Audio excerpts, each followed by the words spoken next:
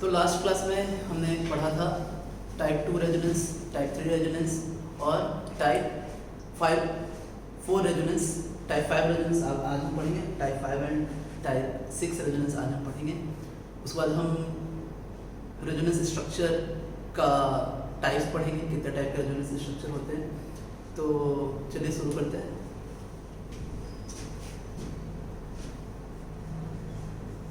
Type 5 resonance. Type 5 resonance क्या होता है कि ये एक पी ऑर्बिटल है, इसके पास एक लोन पेयर है और ये दूसरा पी ऑर्बिटल है, ये वैकेंट है। So p orbital having lone pair और ये वैकेंट पी ऑर्बिटल। अब रेजोनेंस के बाद क्या होगा कि इन दोनों के बीच एक ओवरलैपिंग हो जाएगी और ये ओवरलैपिंग पी पाई बॉन्ड बनाएंगी, जो कि इस बॉन्ड को हम बोलते हैं बैक बॉन्डिंग। बैक बॉन्डिंग में क्या होता है कि एक पी ऑर्बिटल के पास लोन पेयर होता है और दूसरा पी ऑर्बिटल वैकेंट होता है और फिर वो दोनों साइड बाय साइड ओवरलैपिंग करके आपके पी पाई बैक बॉन्डिंग बना देते हैं। कुछ एग्जांपल्स देखते हैं हम, एग्जांपल्स के थ्रू इसको समझते हैं। फॉर एग्जांपल मैंने लिया CH2 प्लस Cl। अब होगा क्या कि इसके पास भी एक P है जो कि वैकेंट है और इसके पास भी एक P है जो कि इस P के पैरेलल है और ये पैरेलल है और यहाँ पर एक लोन पेयर है। तो होगा क्या कि ये CH2 Cl इस तरह से आपके बॉन्डिंग बना लेंगे और यहाँ पे प्लस है। तो ये एक टाइप का आपका बैक बॉन्डिंग है। कुछ एग्जांपल्स और देखते हैं हम। फॉर एग्जांपल हमने देखा CH2 प्लस F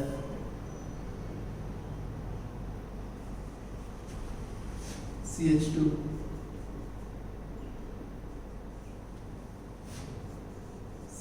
प्लस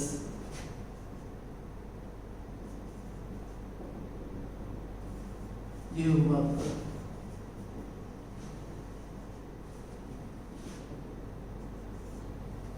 और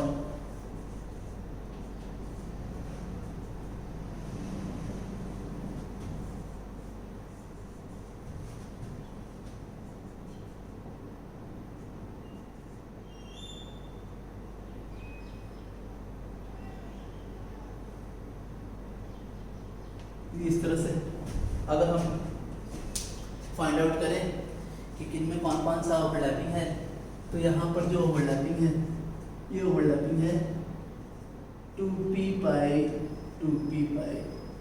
बैक बॉन्डिंग। ये है 2p पाई 3p पाई बैक बॉन्डिंग और ये है 2p पाई 4p पाई बैक बॉन्डिंग और ये 2p पाई 5p पाई बैक बॉन्डिंग। ये इस तरह से है। अब अगर हम कंपेयर करें स्ट्रेंथ का, so bond strength of back bonding, तो हम देखेंगे कि 2p पाई सबसे ज़्यादा स्ट्रेंथ होगा, सबसे ज़्यादा स्टेबल होगा। उसके बाद 2p पाई 3p पाई, उसके बाद 2p पाई 4p पाई और सबसे लास्ट में 2p पाई 5p पाई ओवरलैपिंग। ये इसमें हम बोल सकते हैं extent of overlapping.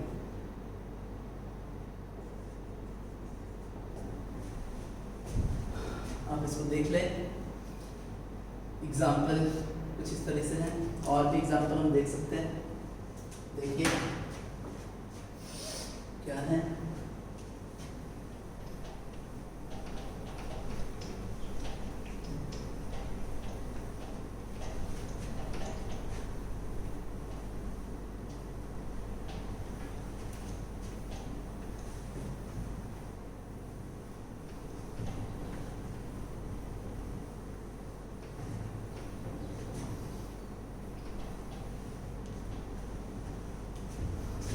For example इसको देखते हैं।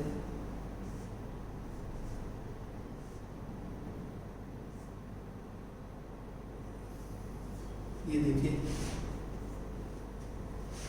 कैसे ये होगा, ये सबसे पहले इधर आएगा,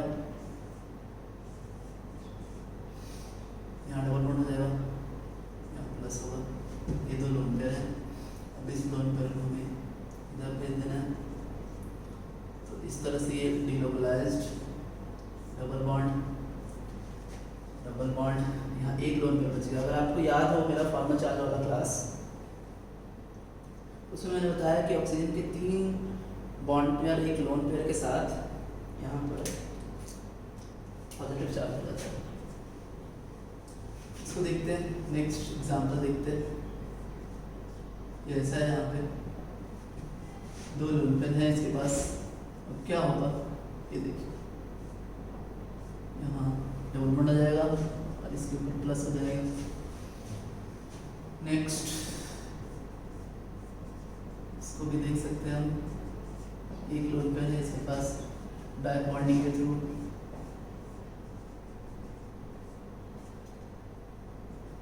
बस। अगर हम चेक करें कि यहाँ पे कौन सा बैक बॉन्डिंग है, तो हम बोल सकते हैं 2p पाई बैक बॉन्डिंग, यहाँ भी वही है 2p पाई बैक बॉन्डिंग, यहाँ भी 2p पाई बैक बॉन्डिंग है। एक और एग्जांपल देखते हैं। ये देखिए प्लस प्लस प्लस, इन सभी के पास 2 लोन पेयर हैं। ये आपका बन के आया कुछ ऐसा।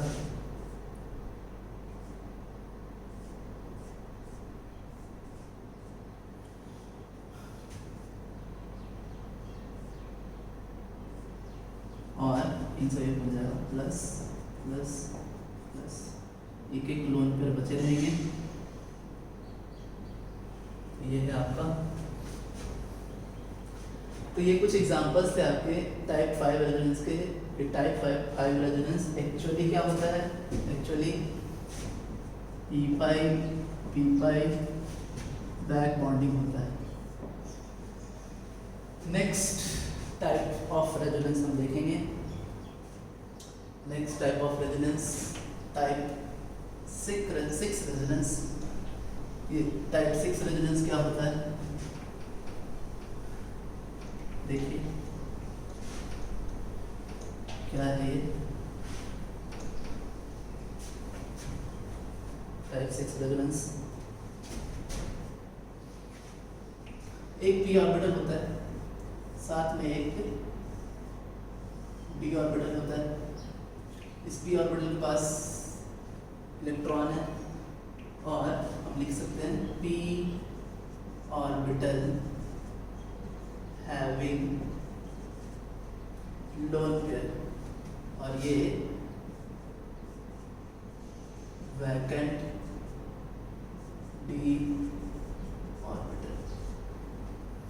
ये इस तरह का होता है। अब आगे रेजोनेंस कैसा होगा, तो रेजोनेंस कुछ ऐसा हो जाएगा। ये देखिए ये जो रेजोनेंस हुआ है, इनके बीच जो ओवरलैप हुई है, ये एक्चुअली है p पाई d पाई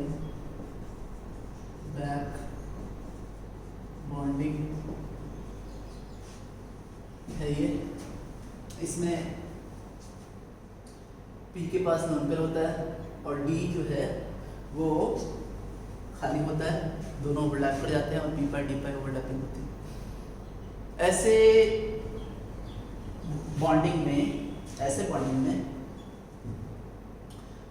वो एलिमेंट जिसके पास डी ऑर्बिटल है ही नहीं वो पार्टिसिपेट नहीं कर सकते। फॉर एग्जांपल अगर मैं पहले आपको एग्जांपल बताता हूँ, फिर मैं बताऊँगा कि कौन से पार्टिसिपेट नहीं कर सकते हैं। तो पहले तो ये देखिए,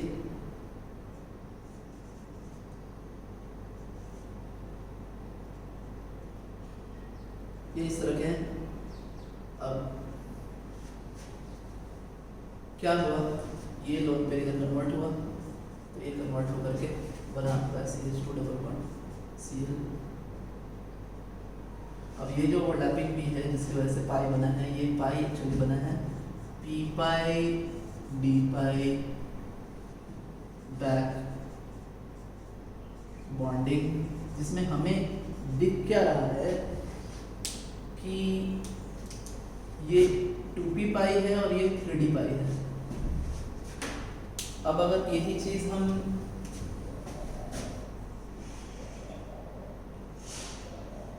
फ्लोरीन के लिए लिखें तो पॉसिबल नहीं है, ये आगे रेजोनेंस नहीं होगा क्योंकि फ्लोरीन में डी ऑर्बिटल होते नहीं हैं। हम और देखते हैं किसमें हो सकते हैं, तो CH2 Br, ये आपका देगा CH2 डबल बॉन्ड Br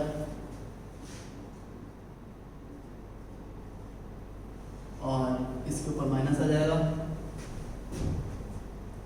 और ये जो ओवरलैपिंग भी है ये है आपका 2p पाई 4d पाई ओवरलैपिंग, या इसको हम बोलेंगे 2p पाई 4d पाई बैक बॉन्डिंग। इसी तरह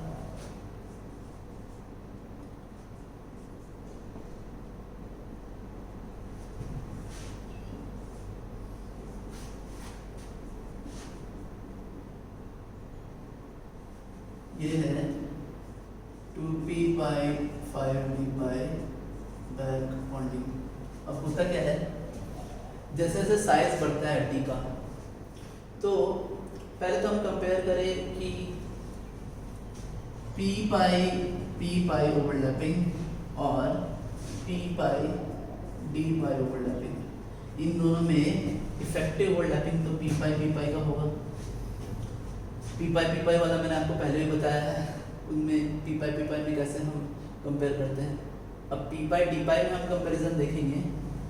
सो यहाँ मैं लिख देता हूँ एक्सटेंट ऑफ ओवरलैपिंग। अब p पाई d पाई में भी हम कह सकते हैं एक्सटेंट ऑफ ओवरलैपिंग कैसा होगा, सो p पाई 2p पाई 3d पाई ओवरलैपिंग का सबसे ज़्यादा एक्सटेंट होगा, फिर 2p पाई 4d पाई और सबसे कम 2p पाई 5d पाई, सबसे कम इफेक्टिव होगा वो वहाँ पर ओवरलैपिंग। और कुछ एग्जांपल्स देखते हैं हम इसके, देखिए एक एग्जांपल और देखते हैं।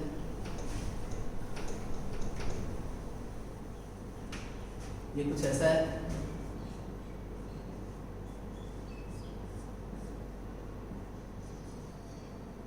पास एक लोन पेयर है। अब ये लोन पेयर जो है वो आपका पाई में कन्वर्ट हो जाएगा, और यहाँ पर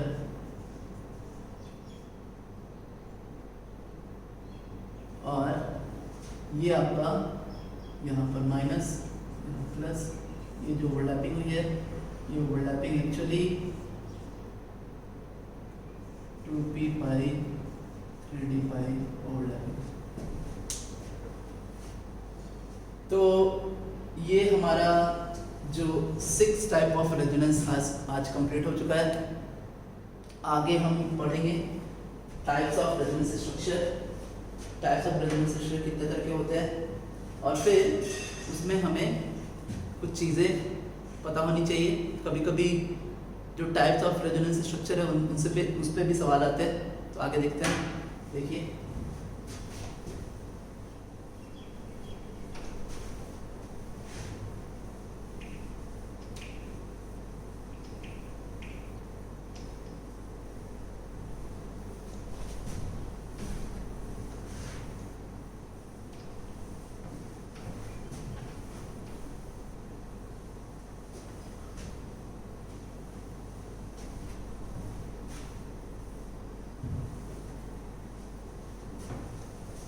देखिए सो टाइप्स ऑफ रेजोनेटिंग स्ट्रक्चर्स। देखिए क्या बात है, दो टाइप के रेजोनेटिंग स्ट्रक्चर होते हैं। यहाँ एक होता है जिसको बोलते हैं हम इक्वली कंट्रीब्यूटेड रेजोनेटिंग स्ट्रक्चर और अनइक्वली कंट्रीब्यूटेड रेजोनेटिंग स्ट्रक्चर। अब इक्वली और अनइक्वली कंट्रीब्यूटेड कैसे होते हैं, एक एग्जांपल देके मैं आपको समझाता हूँ। देखिए ये आपका है CH3COO-, ये ऐसा है, यहाँ माइनस है, इसका जब हम रेजोनेंस स्ट्रक्चर लिखेंगे तो ये आएगा आपका CH3C, ये लोन पेयर में है, यहाँ कन्वर्ट होगा और ये lone pair bond pair, actually lone pair में। तो यहाँ पर ये इस तरह से आएगा आपका, ये डबल बॉन्ड, ये ऐसा आया, यहाँ माइनस चार्ज हो गया। अब अगर मैं इसका रेजोनेंस हाइब्रिड बनाऊँ तो रेजोनेंस हाइब्रिड कैसा होगा, तो CH3CO और इनके बीच में चार्जेस का इक्वल कंट्रीब्यूशन होगा। नेक्स्ट अनइक्वली कंट्रीब्यूटेड में क्या होता है कि ये मैंने ऐसा लिया है, इसको देखिए, और H ले लेते हैं।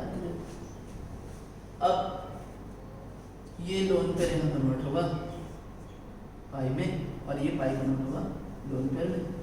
इससे जो आपका बन के आया हुआ है CH2 double bond CO minus और H, और इसका रेजोनेंस हाइब्रिड अगर मैं बनाऊं तो CH2OH, और ये कुछ ऐसा होगा, यहाँ पे डेल माइनस, यहाँ पे डेल माइनस, इस तरह से del minus and del minus, ये इस तरह से। अब बात क्या है कि यहाँ जो रेजोनेटिंग स्ट्रक्चर है, ये रेजोनेटिंग स्ट्रक्चर क्या कर रहे हैं कि इन दोनों की एनर्जी लगभग सेम है और ये रेजोनेंस हाइब्रिड को इक्वली कंट्रीब्यूट कर रहे हैं। मतलब कहने का मतलब ये निकल के आ रहा है कि ये स्ट्रक्चर और ये स्ट्रक्चर दोनों का कंट्रीब्यूशन रेजोनेंस हाइब्रिड में सेम है, लेकिन इस अनइक्वली कंट्रीब्यूटेड स्ट्रक्चर को हम देखें, हमें दिखेगा कि कार्बन के ऊपर यहाँ जो नेगेटिव चार्ज है वो नेगेटिव चार्ज यहाँ कंप्लीट नेगेटिव चार्ज है, और इस स्ट्रक्चर में ऑक्सीजन के ऊपर कंप्लीट नेगेटिव चार्ज है। अब कार्बन और ऑक्सीजन के अलग अलग इलेक्ट्रोनेगेटिविटी होने की वजह से यहाँ इस पे चार्ज ज़्यादा होगा, और इलेक्ट्रोनेगेटिव वजह से रेजोनेंस हाइब्रिड में भी यहाँ इलेक्ट्रॉन डेंसिटी हाई होगा। इस रीजन में, इस पूरे के पूरे रीजन में इलेक्ट्रॉन डेंसिटी क्या होगा, हाई होगा। तो हम कह सकते हैं कि अगर ये A है, ये B है और ये C है, तो C जो रेजोनेंस हाइब्रिड है उसमें B का कंट्रीब्यूशन ज़्यादा है, B A से ज़्यादा स्टेबल है। यहाँ दोनों सेम स्टेबिलिटी के नहीं है। इक्वली कंट्रीब्यूटिंग में दोनों ही सेम स्टेबिलिटी के थे, लेकिन अनइक्वली कंट्रीब्यूटिंग में दोनों डिफरेंट स्टेबिलिटी के हैं। तो ऐसे केस में जब इक्वली और अनइक्वली कंट्रीब्यूटेड हो तो हमें बहुत तरह के क्वेश्चंस आते हैं।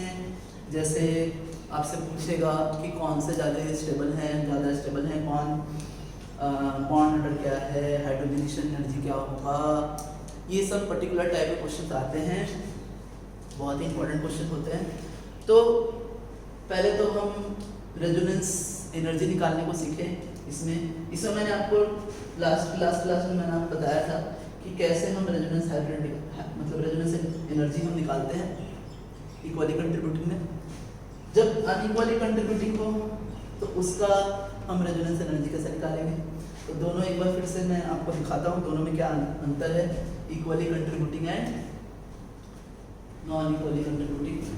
देखिए इसको भी मैंने माना ए, ये बी और ये सी। देखिए मैं एनर्जी डायग्राम बना रहा हूँ। ये है इक्वली कंट्रीब्यूटिंग के लिए ईसी, यहाँ एनर्जी रखा और यहाँ पर रेजोनेंस स्ट्रक्चर। इक्वली कंट्रीब्यूटिंग में ए और बी सेम एनर्जी के होंगे। रेजोनेंस हाइब्रिड जो होता है वो ऑलवेज लेस एनर्जी होता है बाकी के रेजोनेटिंग स्ट्रक्चर से। तो ये मैंने बनाया, ए जो है वो बी के साथ है, ये इसका एनर्जी लाइन है, और ये है आपका सी, ये इसकी एनर्जी लाइन। अब जो रेजोनेंस एनर्जी है वो इसको हम बोलेंगे रेजोनेंस एनर्जी आर ई, और प्रीवियस क्लास में मैंने डेल्टा एच आर लिखवाया था, दोनों ही चल सकते हैं।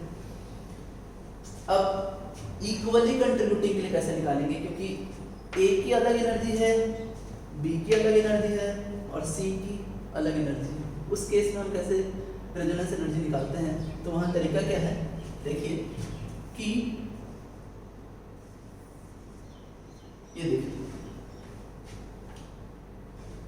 ये एनर्जी लिया, यहाँ पे रेजोनेंस स्ट्रक्चर लिया। अब होगा क्या कि ए, बी और सी में ए की एनर्जी सबसे ज़्यादा हाई है क्योंकि ये लेस स्टेबल है, तो यहाँ पे ए होगा आपका, ए का लाइन है।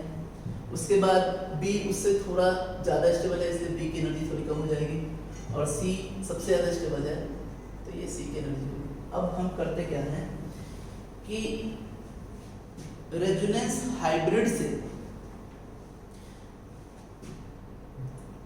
जस्ट उसके बाद कौन सा ज्यादा स्टेबल है, रेजोनेंस हाइब्रिड से कौन सा ज्यादा है, मतलब उसके बाद कौन सा ज्यादा स्टेबल है, उससे हम कंपेयर करते हैं। मतलब सी तो सबसे ज्यादा स्टेबल है ही, लेकिन सी के बाद सबसे ज्यादा स्टेबल बी है, तो इसलिए उन दोनों के बीच की एनर्जी का हम डिफरेंस ले लेते हैं, और ये इसकी क्या हो जाती है, रेजोनेंस एनर्जी, और डेल्टा एच आर हम लिख सकते हैं। तो ये वाला आपका था इक्वली कंट्रीब्यूटिंग के लिए, ये वाला था अनइक्वली कंट्रीब्यूटिंग के लिए।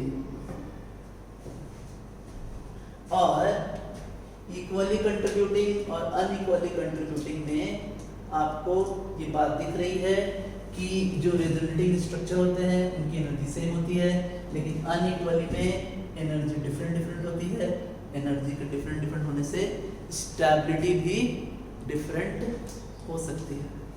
तो कई बार जेईई में, नीट में क्वेश्चन आते हैं कि आप कंपेयर करो कि क्या क्या है स्टेबिलिटी का ऑर्डर। तो हम वही स्टेबिलिटी, कंपेयर ऑफ स्टेबिलिटी पे हम कुछ रूल्स देखेंगे कैसे हम कंपेयर कर सकते हैं।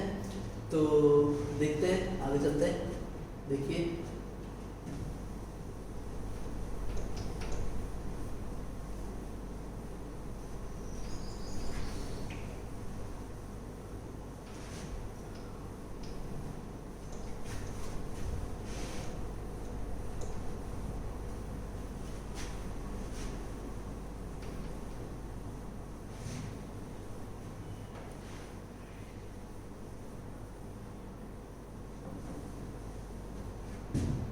देखिए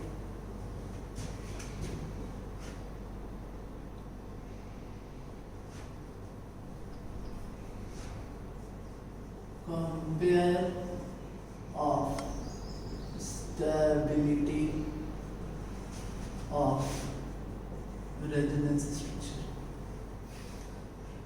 देखिए पहले तो ये बात हम जान जाए कि जो अनइक्वली कंट्रीब्यूटेड होते हैं उसी में हम स्टेबिलिटी का कंपेयर कर सकते हैं। इक्वली कंट्रीब्यूटेड में जो कैनोनिकल फॉर्म्स होते हैं, जो रेजोनेटिंग स्ट्रक्चर होते हैं, उनकी एनर्जी सेम होती है। तो जो पहला रूल है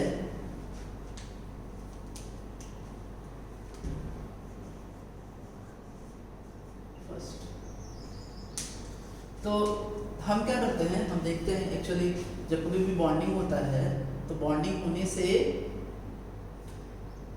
हो जाने से एनर्जी बाहर की ओर निकल जाती है और सिस्टम जो है वो ज़्यादा स्टेबल हो जाता है।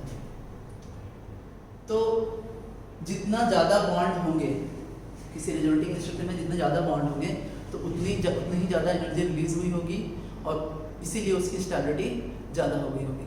तो हम ये कह सकते हैं रेजोनेटिंग स्ट्रक्चर में सिग्मा बॉन्ड का जो नंबर है वो सेम ही रहता है, बस चेंज हो रहे होते हैं पाई इलेक्ट्रॉन्स जो कि लोन पेयर में कन्वर्ट हो जाते हैं।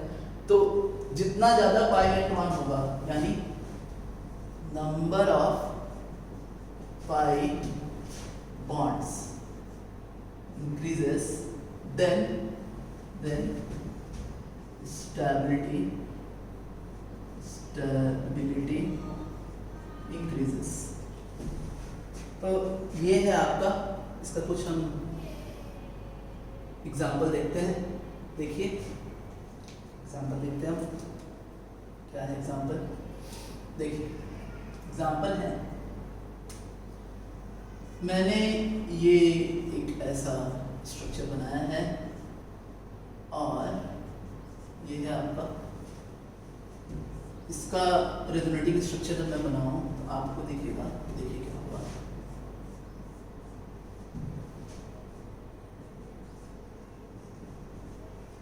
फिर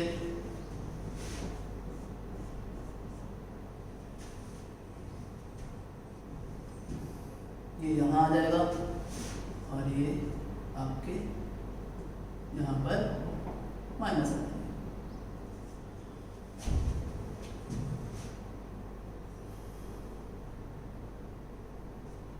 ये ऐसा यहाँ पे टूटेगा, यहाँ माइनस हो जाएगा। एक स्टेप एक्चुअली ज़्यादा मैंने कर दिया था। अब आप देखें गौर से कि यहाँ पर टोटल 2 पाई इलेक्ट्रॉन्स हैं या पाई बॉन्ड्स हैं और यहाँ पर 1 पाई बॉन्ड है, एक ही पाई बॉन्ड है। तो हम कह सकते हैं कि ये ज़्यादा स्टेबल है इससे।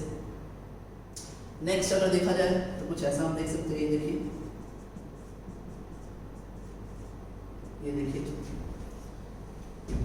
अब अगर मैं इसको रेजोनेटिंग स्ट्रक्चर में बनाऊं तो CH3 ये O माइनस यहाँ प्लस। अब देखिए यहाँ पाई इलेक्ट्रॉन कितने, 1, यहाँ पाई बॉन्ड कितने हैं, 0, तो ये ज़्यादा स्टेबल होगा। अब अगर इसको देखा जाए, ये देखिए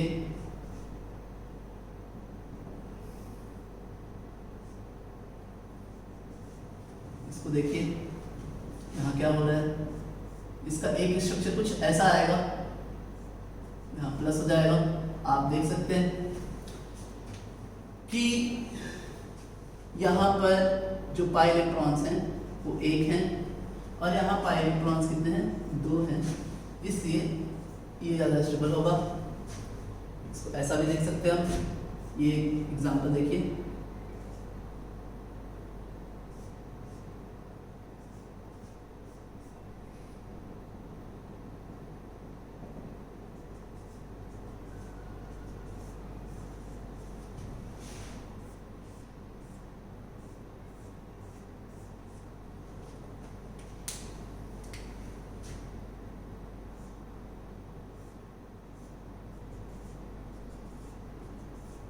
यहाँ पर no pi bonds, pi bonds, और यहाँ पर 3 पाई बॉन्ड्स। तो इसलिए आपका ये ज़्यादा स्टेबल है। तो हमने देखा कि रूल 1 में कि स्टेबिलिटी उसकी हाई होगी जिसमें पाई बॉन्ड्स ज़्यादा होंगे। नेक्स्ट रूल देखते हैं हम। नेक्स्ट रूल,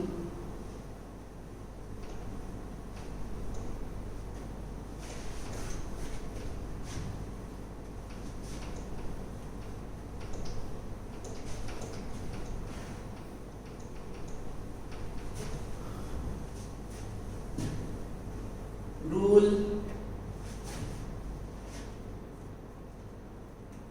2, इसमें इफ पहले तो अपने को रूल 1 लगाना है।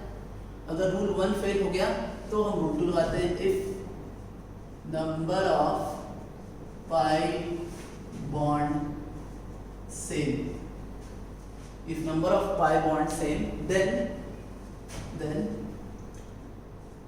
charge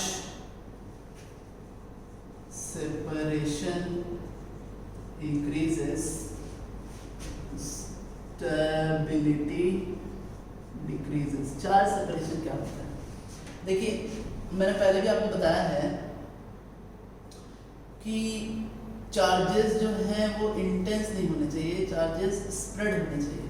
फॉर एग्जांपल अगर मैं यहाँ पे लूँ, देखिए एक एग्जांपल मैं ले रहा हूँ। ये मैंने लिया यहाँ पर CH3COOH। अब इसका रेजोनेटिंग स्ट्रक्चर अगर मैं बनाऊँ तो आपको दिखेगा कि सॉरी CH3C, अच्छा यहाँ पर O माइनस कर दिया और यहाँ पर O ये प्लस कर दिया। अब देखिए जो पाई इलेक्ट्रॉन हैं वो पाई इलेक्ट्रॉन दोनों में सेम है, यहाँ भी 1 है और यहाँ भी 1 ही है, लेकिन यहाँ पर कोई भी चार्जेस नहीं है। तो हम ये बोल सकते हैं कि न्यूट्रॉन मॉलिक्यूल या कोई भी चार्ज सेपरेशन जब ना हो तो वो ज़्यादा स्टेबल होता है चार्ज सेपरेशन से, तो ये ज़्यादा स्टेबल होगा उससे। एक और एग्जांपल देख सकते हैं हम, इसका एग्जांपल देखते हैं हम। ये देखिए, अब ये लोन पेयर इधर आया और ये इधर आ गया। अब देखिए यहाँ पर, यहाँ क्या है, ये डबल बॉन्ड OH, एक लोन पेयर प्लस और यहाँ आ गया माइनस। अब दोनों में ही 3 पाई और 3 पाई बॉन्ड्स हैं। पाई बॉन्ड दोनों में सेम है, लेकिन यहाँ पे चार्ज सेपरेशन नहीं है और यहाँ पर चार्ज सेपरेशन है, तो इसलिए हम कह सकते हैं कि ये ज़्यादा ही स्टेबल है। आगे देखते हैं, नेक्स्ट देखते हैं रूल 3।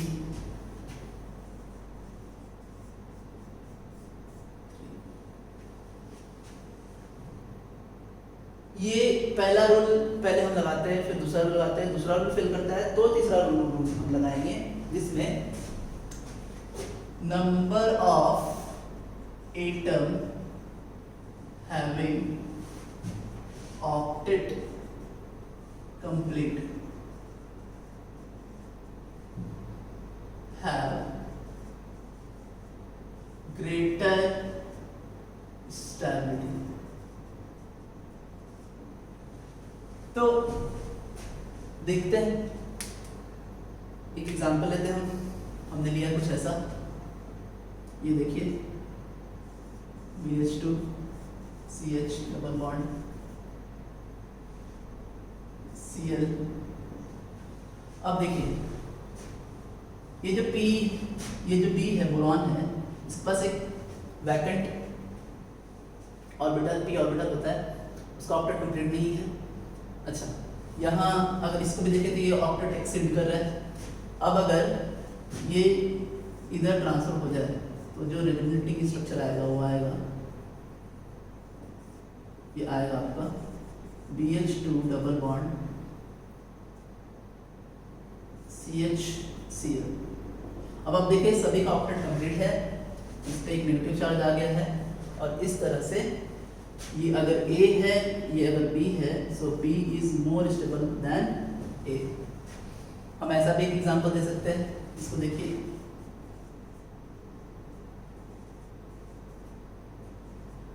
तो ये आपका हो गया NH2 डबल बॉन्ड BH2, यहाँ माइनस यहाँ plus, so B is more stable than A।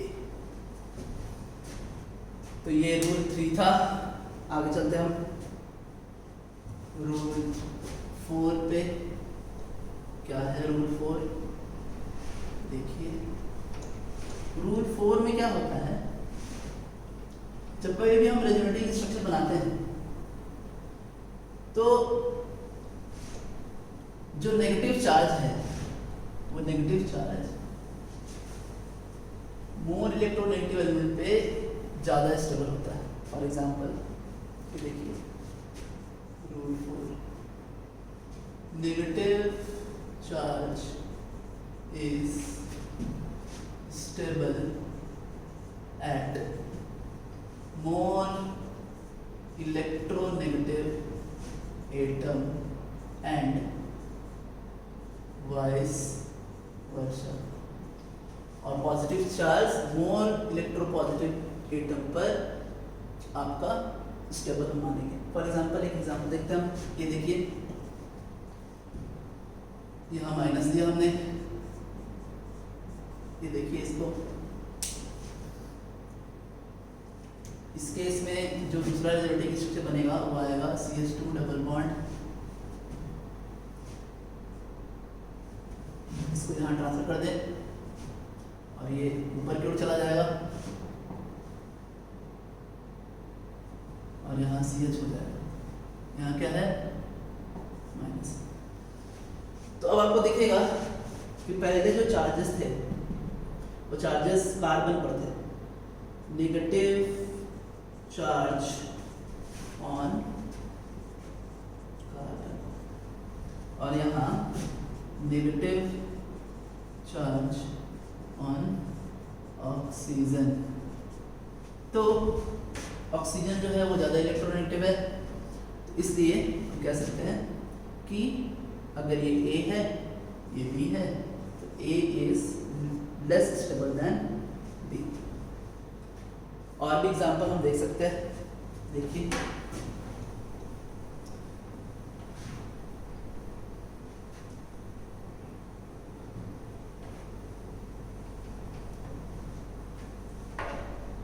ये देखिए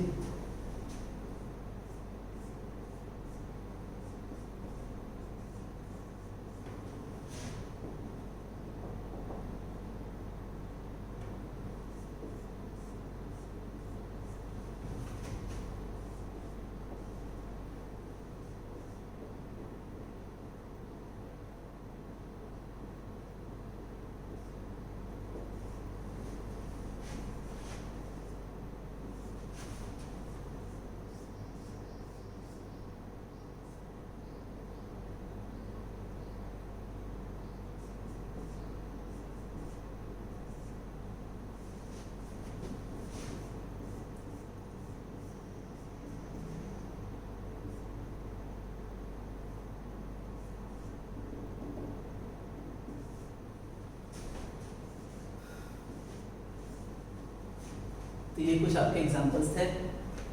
यहाँ आप और से देख सकते हैं कि जो नेगेटिव चार्ज है वो B पे ज़्यादा स्टेबल है, ऑक्सीजन पे ज़्यादा स्टेबल है। तो ये था आपका rule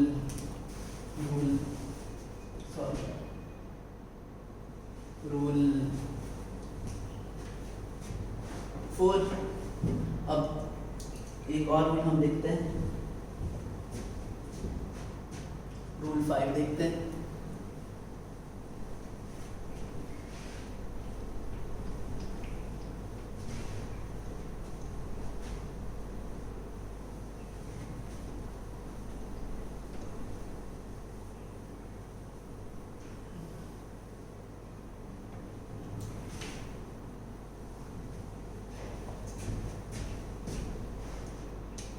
rule 5, unlike charges are stable at near to each other. मतलब अनलाइक चार्जेस जो हैं वो पास पास होंगे तो वो ज़्यादा स्टेबल होगा। एग्जांपल देख लेते हैं क्या है। देखिए ये मैंने बनाया, इसका रेजोनेंस देखते हैं।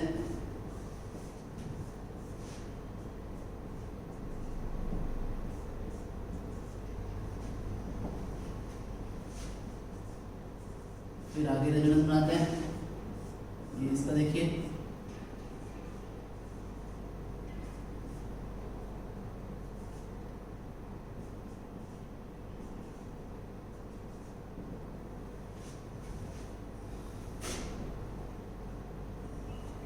अब देखिए ए और बी में अगर आपको बोले स्टेबिलिटी चेक करने के लिए तो आपको दिखेगा नंबर ऑफ पाई बॉन्ड्स भी सेम ही है। अच्छा, लेकिन बात क्या है, यहाँ प्लस माइनस जो है वो पास में है लेकिन यहाँ प्लस माइनस दूर में है। इसे हम कह सकते हैं कि ए जो है वो ज़्यादा स्टेबल है बी से। कुछ ऐसा भी हम अगर बनाएं आपको दिखेगा, ये देखिए इसका एक रेजोनेटिंग स्ट्रक्चर तो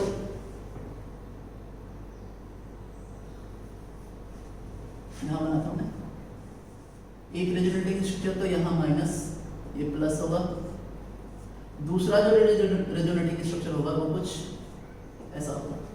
अब इन दोनों में जो स्टेबल है वो अगर ये ए है ये बी है, आपको दिखेगा कि A is more stable than B, क्योंकि यहाँ पर जो चार्ज हैं वो नियरर हैं और यहाँ पर चार्जेस के हैं दूर जा रहे हैं।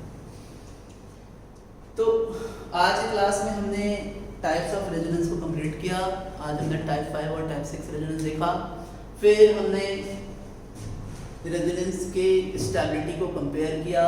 हमने टोटल रूल्स देखे, 5 तरह के रूल्स देखे। 2-3 रूल्स और हैं वो आपको मैं नेक्स्ट क्लास में बताऊंगा और फिर हम कुछ सवाल बनाएंगे इसके ऊपर। तो आज के लिए have a nice day, thank you.